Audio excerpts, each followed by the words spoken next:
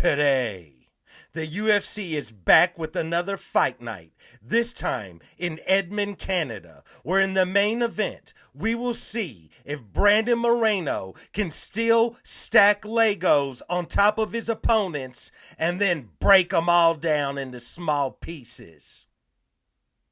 Also, there's a thug on the loose, and her name is Rose, as she steps in the octagon with the savage Aaron Blanchfield. And there's some more fights. All of this and more on today's episode of Matter of Fact MMA. What's up? What's happening? Let's go. What's up, guys? We right back with it. We right back at it. It's your boy, Bat. We are here to go over UFC Fight Night, UFC Edmonton, which will go down, of course, in Edmonton, Canada. Where in the main event, we have Brandon Moreno stepping in the octagon with Amir Albazi. Man, this is a very, very, very intriguing fight because what makes it intriguing is actually Brandon Moreno. The reason why I say this is I think we all, he hasn't had as long of a career as Brandon, but I think we all have a good idea of what we're getting out of Amir Albazi. You're getting a guy with really good wrestling, really good grappling, really good top pressure. He has submissions, and he is definitely improved on the feet, and he's also powerful. You know what I'm saying? So even if he's not the best technical striker, if he catches you, you're going to feel it. You know what I'm talking about? And he's on a tremendous win streak. I'm just pulling up his win streak right now. His last fight, he went out there and beat Kai Kara France. Before that, we had Costa. Before that, we had Figueiredo's brother. I mean, dude, this guy, he's on a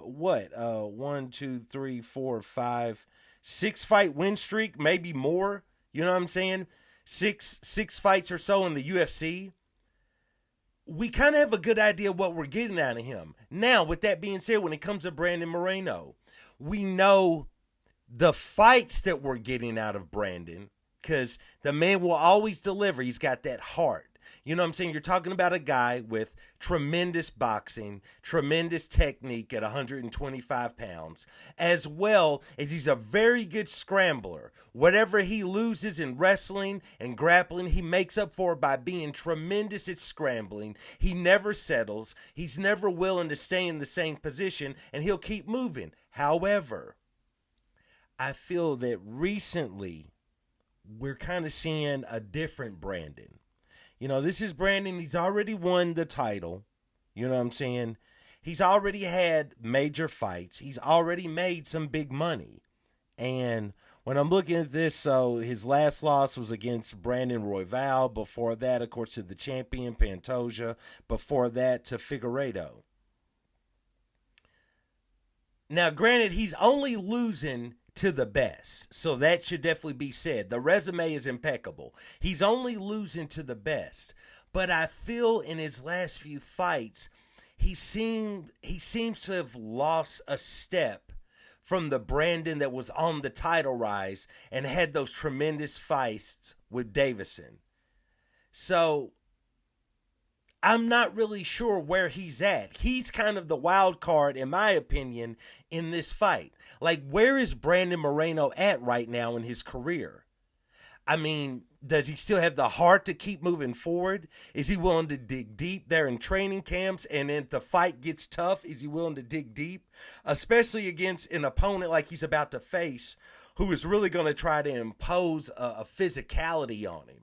You know, take him to the ground, try to hold him down, try to break him, checking for submissions. You know, if he tries to scramble out, Amir Albazi will roll with the scramble. He will continue to move and try to secure a dominant position. Does Moreno have it in him to go out there and put on a fight against a guy like that for 5 rounds? That's the real question. And I'm a huge Brandon Moreno fan. I'm going to be rooting for him, but for the sake of the pick, I have a feeling that Amir Albazi wants it more.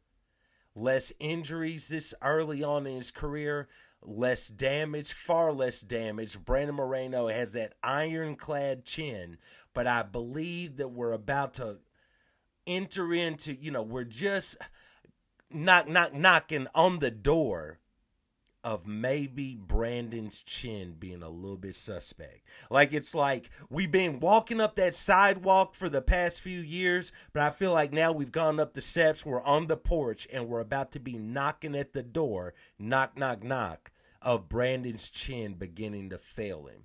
My pick for the main event, and let me just check. This is an underdog pick. I'm going along with Amir Albazi to go out there and defeat Brandon Moreno in the main event. Let's move on. We have Aaron Blanchfield stepping in the octagon with Thug Rose Namajunas. Another underdog pick here. I'm actually going to go along with Thug Rose. After I saw the fight that Thug Rose put on against Tracy Cortez, granted, I'm not saying Tracy Cortez is a world beater, but Tracy Cortez is someone that brought a somewhat of a different style than what Rose has faced recently. And I feel like Rose did really well against her. And I feel like as long as this is a 3-round fight, I don't know, man. Very, very interesting, because we saw Aaron Blanchfield against a superior striker in Ferro, and she just did not fare well at all. And I feel like Rose Namajunas can go out there and kind of have a bull and the matador, saying, shout out to Ilia Topuria, the man that walks out of that room. You know what I'm saying? I told you, if you lock him in a room with John Jones, you lock him in a room with Francis Ngannou, Ilia Topuria walks out that room. Nevertheless, I feel like Rose could kind of be a matador in this scenario, and can kind of keep Blanchfield at distance. Yeah, Blanchfield's going to take her down, but I believe Rose is skilled enough to survive.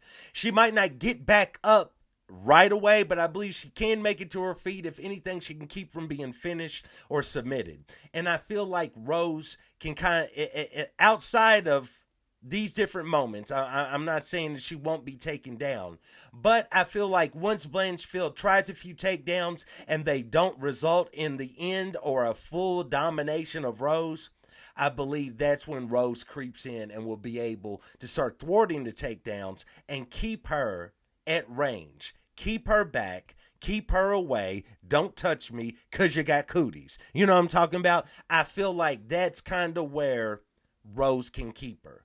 And I feel like Thug Rose goes out there and she wins a 3-round decision against Aaron Blanchfield. I believe this fight is just 3 rounds.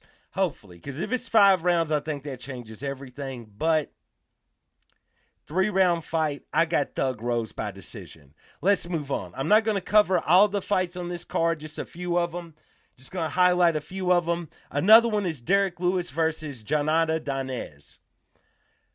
It's hard to pick against Derek Lewis. At any given time, Derek Lewis can go out there and take a L. That's just what it is. That's where he's at in his career. But he's also a guy that can be taking a L for 2.5 rounds and uncork a right hand and end the night happy. You know what I'm saying? So I'm going to go along with Derek Lewis. Of course, more experience, more time in the octagon, and he's got that deft touch. But Danez could definitely go out there and put it on him and get him up out of there. You know what I'm saying? Finish him by strikes on the ground. But still, I'm going to go along with the pride of Houston, Texas, Derek Lewis. Let's move on. We got Marc-Andre on this card, Marc-Andre Barriault stepping in the octagon with Dustin Stoltzfus. I got Marc-Andre. He's right there in Canada. It's where he's from. I got him. We got Trevin Giles being served up on a plate to Mike Mallet in front of the Canadian fans. Hopefully Mike Mallet doesn't drop the ball here like he did the last time in Canada. But I got Mike Mallet to go out there and get the win. How about Ayman Zahabi trying to be the dark horse there at bantamweight? He's coming. He's taking on veteran of the sport, outstanding fighter Pedro Munoz. I'm actually going to go along with Ayman Zahabi here. I didn't like the way Pedro looked in his last fight. It kind of seemed like age and all the wear and tear of being in the octagon had finally caught up to him. He's a veteran of the sport. He's extremely talented. He's got, all the knowledge in the world as far as, fighting. But I think Ayman might be a sneaky little trickery. He might be moving on his way, he might be on his way up. You know what I'm talking about? I'm going to go along with Ayman Zahabi. How about Charles Jourdain stepping in there with Victor Henry? I got Charles Jourdain. I think they kind of set this up for him to get a big win there in front of the Canadian fans. So I got Charles Air Jourdain. How about Jack Shore versus Youssef Zalal? This is going to be a banger for as long as it lasts, but I think Youssef Zalal goes in there, does damage, and hands Jack Shore his chin on a plate. You know what I'm talking about? But that boy Jack Shore will throw hands. He'll throw hands. So for as long as it lasts, they're going to be throwing, but Youssef Zalal by knockout. Yeah, so outside of that, Jazz the Vicious is back against Ariane De Silva. Used to be Ariane Lipski. I got Jazz the Vicious to go out there and get the win. She usually has a little bit of extra fire when she's fighting in Canada in front of her people. So I got her. So that's all the fights we're going to cover off that card. It goes down this Saturday in Edmonton, Canada. UFC Fight Night. We're going to check it out. I think everyone still has a hangover from last week's show where we found out that Ilia Topuria walks out that room. And we also found out, God help you, if you go into a dark room with Khamzat Chimaev, we already knew Khamzat was coming out that room. I thought Bobby Knuckles had a chance, but apparently Bobby Knuckles is still in that room trying to connect his lower jaw. You know what I'm talking about? Nevertheless, man, it goes down this Saturday, Edmonton, Canada. I definitely do want to thank you for checking this out. Please like, subscribe, comment. Let me know what you think. Let me know some of your picks. And I do want to thank you for joining me for another episode of Matter of Fact MMA. And I'll check you next time. Peace.